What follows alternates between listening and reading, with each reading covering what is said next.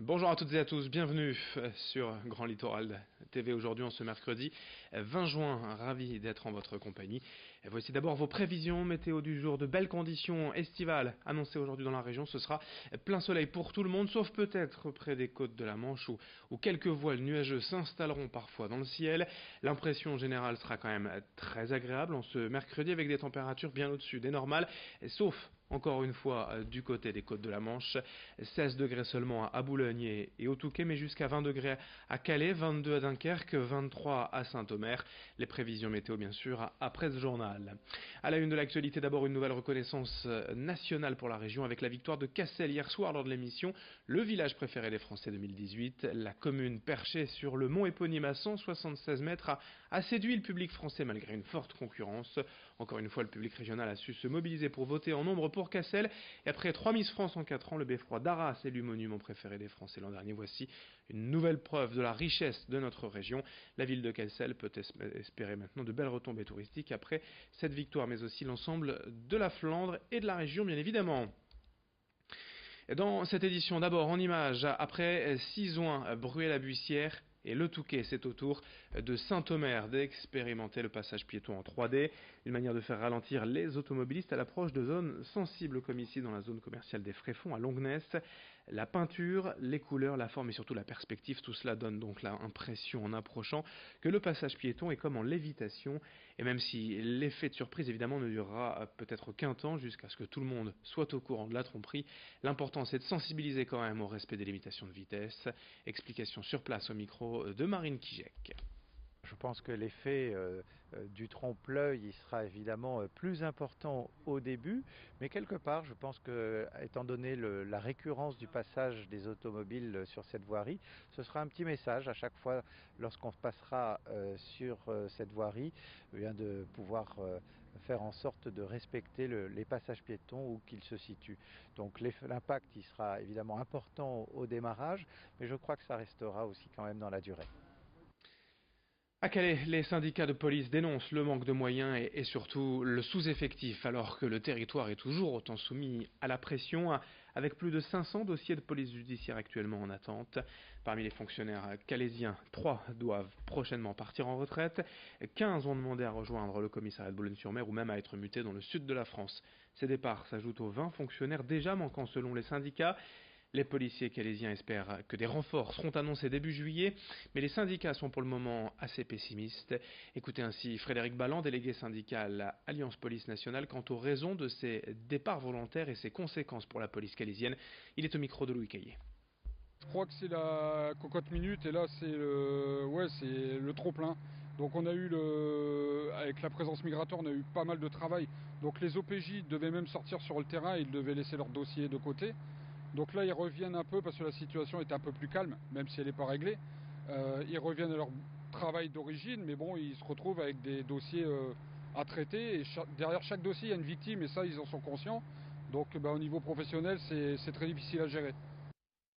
Le grand angle de la rédaction à présent pour vous présenter le travail de l'association Cyprès, basée à Beutin, entre Étaples et Montreuil. Depuis quelques mois, l'asso s'est lancée dans un projet innovant et solidaire, récupérer les pains invendus ou prêts à être jetés dans les boulangeries, les hôpitaux, les structures collectives pour les transformer en chapelures et la revendre aux éleveurs. L'association fait ainsi travailler des personnes en réinsertion. Reportage signé Louis Caillé. Bonjour, l'association Cyprès pour la collecte de pain. Là, d'accord. Merci bien.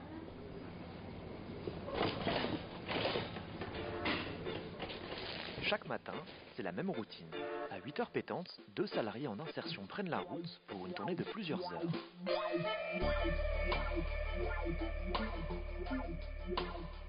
À 10h, le reste de l'équipe arrive sur site, sort le pain qui a passé la nuit dans le déshydrateur, puis commence à faire tourner le broyeur.